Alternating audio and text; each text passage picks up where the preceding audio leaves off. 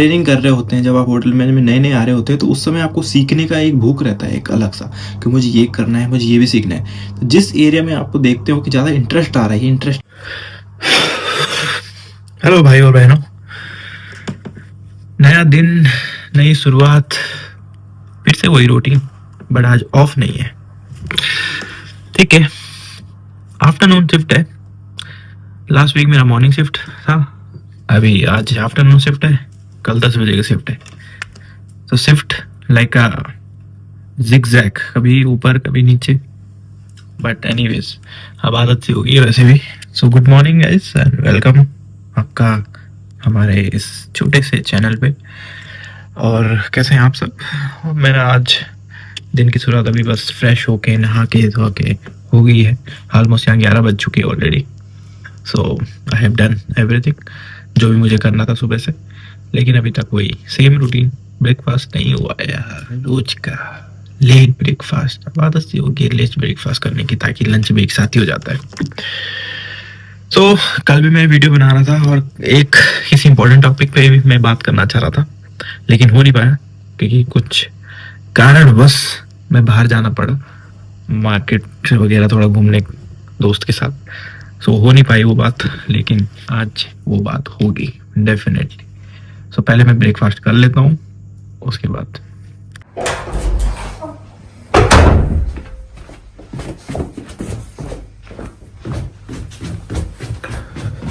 Breakfast में क्या है आपको तो पता ही है ना। अभी तो कल का वीडियो में आपने देख ही लिया होगा, सेम ब्रेकफास्ट यही है फिर। और मेरे को रेगुलर यही खाना पसंद है, ओट मील या फिर ये तो flavoured yogurt again mostly and granola. ये भाई ये लो इसकी आँख, डाल दो इसको, खत्म। ठीक है, उंगलियां पे भी थोड़ी बहुत लगी हुई है तो उसको काट लो, मिक्स कर लो। अब आपको पता ही है अभी इसमें थोड़ा सा ये योगर्ट कम पड़ गया है, अभी क्या करना है बताइए? पता ही है ना क्या करना है, ऑप्शन है ना अपने पास, milk. Will add some milk, okay. Milk add करने के बाद ही क्या हो जाएगा, थोड़ा सा ये गजब। आप भी सोच रहे हो ना क्या ये भी कल भी यही चीज दिखा रहे हैं, आज भी यही चीज है। भाई देखो, दोबारा प्रोसेस दिखा रहा हूँ, देखो और खाओ। ब्रेकफास्ट में मत खाओ फ्राइड चीज, मत खाओ सुबह सुबह समोसे, मत खाओ वो इतने तेल में डुबे हुए ब्रेड पकोड़े। मतलब और भी ऑप्शन है वैसे हेल्दी कुछ खाने का, लेकिन बता रहा हूँ कि fried instead of fried item खाने से बढ़िया दे मच बेटर, बहुत अच्छा है। आप खाओ, अगर रोज़ भी खाओ तो चलेगा, मेरे को तो रोज़ भी दो तो चलेगा ब्रेकफास्ट में, कोई दिक्कत नहीं मुझको। अभी बस इसको थोड़ा शॉक करने ऐसे रख देंगे। लग रहा है थोड़ा मिल्क कम है तो मिल्क थोड़ा और डाल देते हैं। ये ले भाई गजब हो गया अब तो, मज़े ही मज़े। हाँ, अब इसको थोड़ा सा 20 मिनट तक इसको छोड़ दूंगा ऐसे, ताकि अच्छा सॉफ्ट हो जाए। नहीं तो ये ग्रेनुला का जो हार्ड है ना वो, और जो मूसली एकदम खाते हुए वो लगता है फिर मुंह में कितना हार्ड चंक्स लगता है। सो इसलिए इसको शोक करना थोड़ा बहुत ज़रूरी है। ठीक है, तो जे लो भाई, ऑलमोस्ट 20 मिनट हो ही चुके हैं। इसको मैंने ऐसे ही रखा था तब से शोक करके हुए। तो 20 मिनट होने के बाद इसको खाया जाएगा, तो मैं आपको इसका रिव्यू दे देता हूँ। इसका रिव्यू कैसा होगा, कैसा इसका टेस्ट होगा, इसका रिव्यू चेक करते हैं पहले। ठीक है,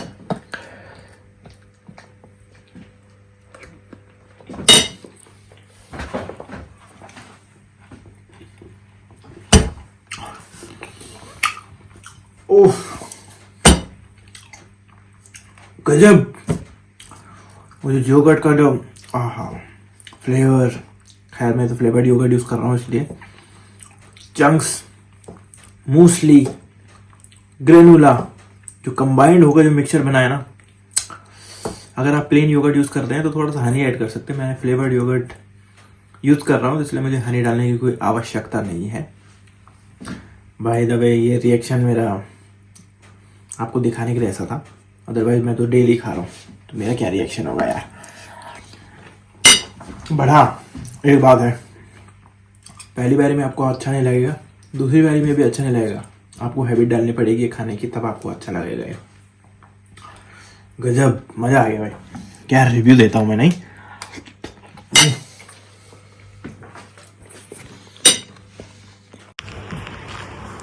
हाय हाय हाय हाय हाय हाय हाय हाय, आज तो फिर से क्या चमचमाती धूप है। गजब, बता नहीं सकता यार। आनंद, ऐसी धूप के लिए ना यूके में रहने वाले लोग ही समझ सकते हैं कि कितना तरसते हैं जब ऐसी धूप आती है। जब ऐसे इतने टाइम के बाद जब धूप देखने को मिलती है ना, तो वो जो यूके में रह रहे हैं लोग, उनको ही भली भांति ज्ञात होगा कि भाई कितना मिस करते हैं हम सूर्य देव आपको इस यूके में, इस ठंडे वाले वेदर में। कल भी बहुत अच्छी धूप थी, आज भी बहुत अच्छी धूप है और बहुत ही प्यारी है। देखो भाई, यहाँ धूप आना इज अ ब्लेसिंग। सो आज बहुत अच्छी धूप निकली है फिर से, और मैं धूप का आनंद लेते हुए थोड़ा गार्डन में टहल रहा हूँ, घूम रहा हूँ अपने ही आसपास के, और इतना अच्छा लग रहा है धूप में ना। कहीं ना कहीं काम पड़ जाते हैं, मेरा तो मन करता है कि सुबह आके धूप में ही बैठने लग जाऊं, लेकिन बहुत सारी चीजें भी होती है, वो भी करना पड़ता है, बहुत सारा काम होता है, वो भी निपटाना पड़ता है, फिर ब्रेकफास्ट, खाना, और भी बहुत सारी चीजें होती है, वो सब भी देखना पड़ता है। फिर ड्यूटी का टाइम भी हो जाता है। वो तो मेरा आज आफ्टरनून ड्यूटी है, इसलिए धूप का थोड़ा सा आनंद ले रहा हूँ, अदरवाइज ड्यूटी पे होना पड़ता है अभी फिर। और जब ड्यूटी फिनिश हो जाती है तो कभी कभी देखने को मिलता है कि यार भी अच्छी धूप है बाहर, लेकिन जब बाहर निकलो तो फिर बादल छा जाते हैं। लेकिन आज लग नहीं रहा है कि बादल छाएंगे, क्योंकि पूरा चारों तरफ पूरा एकदम साफ वेदर है, कोई बादल नहीं है। बहुत ही अच्छा है, बहुत ही प्यारा वेदर है, बहुत अच्छा लग रहा है। बैठ गए यहाँ पे, तो मैं जस्ट यहाँ पे बैठूंगा थोड़ा देर, भरपूर सूर्यदेव का आनंद यहाँ पे प्राप्त करूंगा, और उसके बाद मेरा 4 बजे का ड्यूटी है। अभी जो टाइम हो रहा है, अभी 2 बज रही है, और 4 बजे की ड्यूटी ज्वाइन करूंगा। फिलहाल 1 घंटे के लिए आराम से धूप में बैठूंगा यार, मस्त, गजब, प्रभु।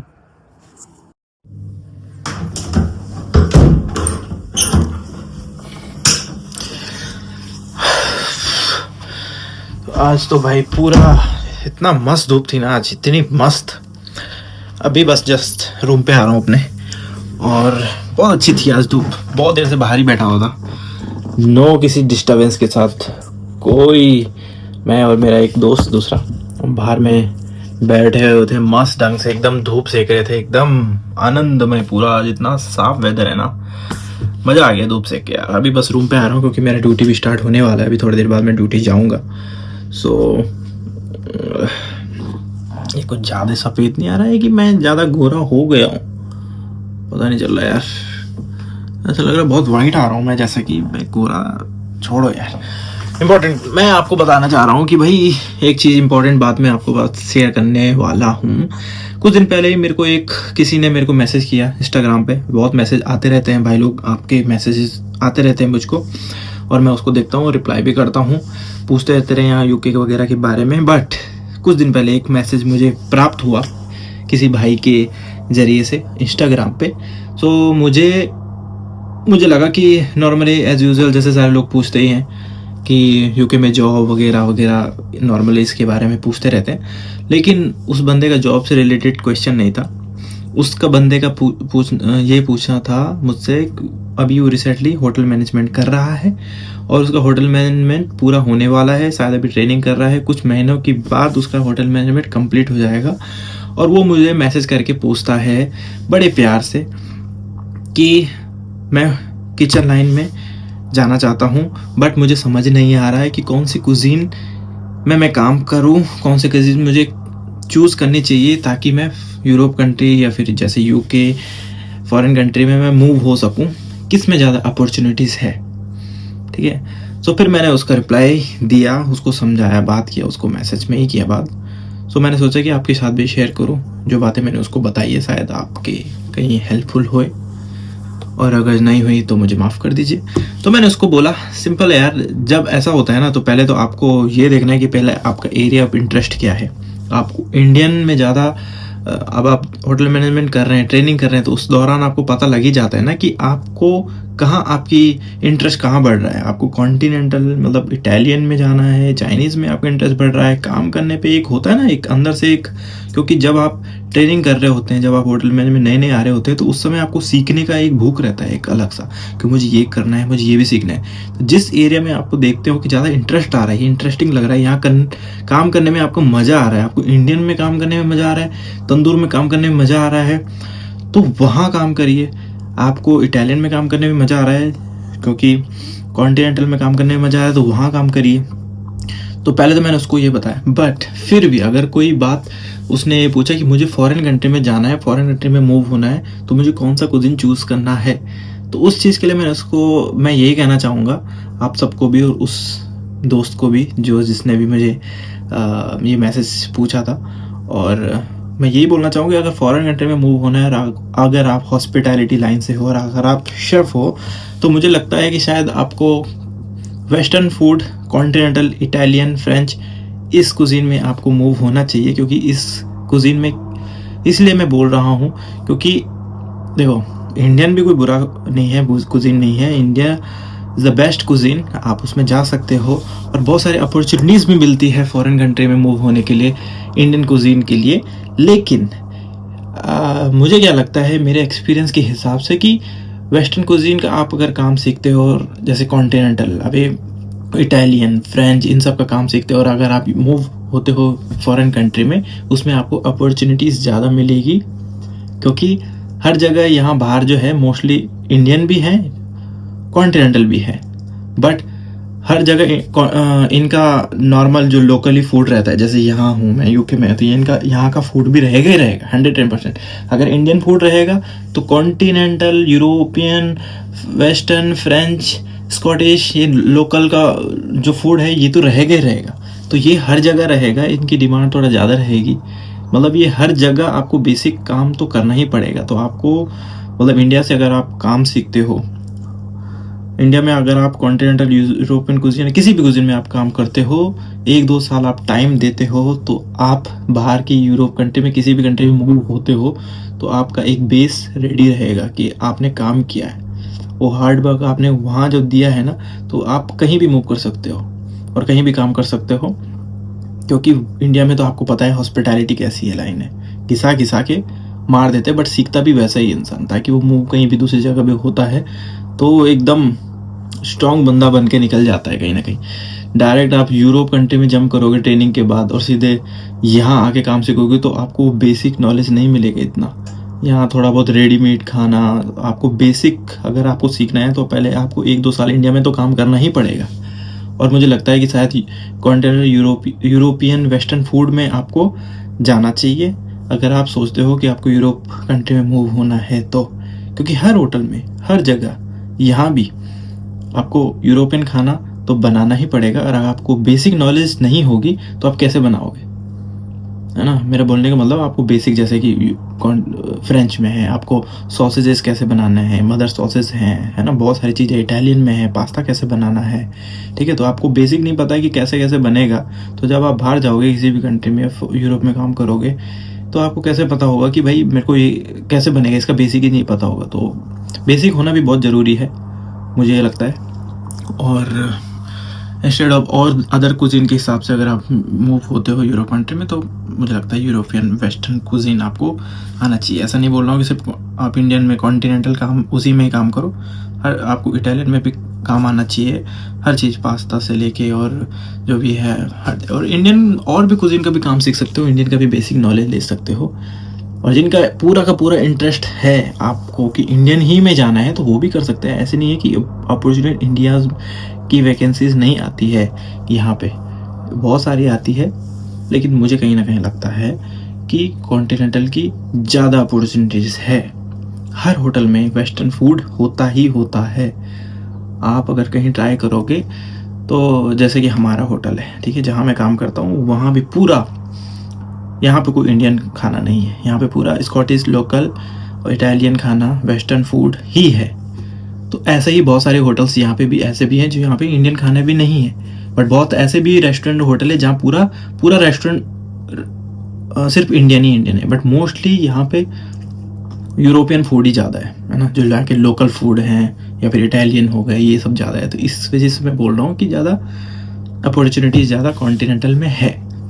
तो आप अगर आपको कुजीन चूज़ करना है तो आप वेस्टर्न कुजीन को चूज़ करो, साथ में ही दूसरे कुजीन को भी काम करो, जैसे इंडियन, चाइनीज, बेसिक नॉलेज हर उसमें लो, ताकि कभी भी किसी भी जगह अपॉर्चुनिटी मिले तो आपको थोड़ा थोड़ा नॉलेज हर एक कुजीन का होना चाहिए। आप कहीं भी मान नहीं खा सकते कि भाई आपको इंडियन का खाना कुछ भी नहीं आता है, थोड़ा भी नहीं आता। बेसिक नॉलेज, काम हाथ साफ हर जगह हर कुजीन में करना चाहिए।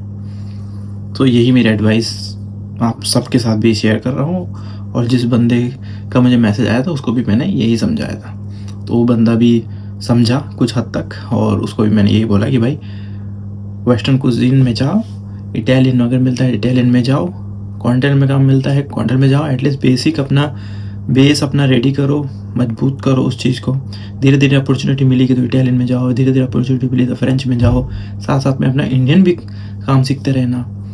और जब आपको चांस मिले मूव होने का तो फिर निकल जाओ, 1-2 साल 2-3 साल इंडिया में दो, फिर उसके बाद निकलो। तो यही चीज़ है, आप सब भी यही कर सकते हो। खैर उस बंदे का तो अभी स्टार्टिंग करियर है भाई, हमें भी समझाने वाला ऐसा कोई रहता नहीं था इंडिया में जब भी हम स्टार्ट किए थे। लेकिन आजकल तो सोशल मीडिया और ये सब चीज़ें दौर बहुत ज़्यादा है, तो इंसान कहीं ना कहीं अपना नॉलेज प्राप्त कर लेता है। पहले तो ऐसा था कि एक दूसरे को पूछना, ये पूछना, पहले का तो अलग था।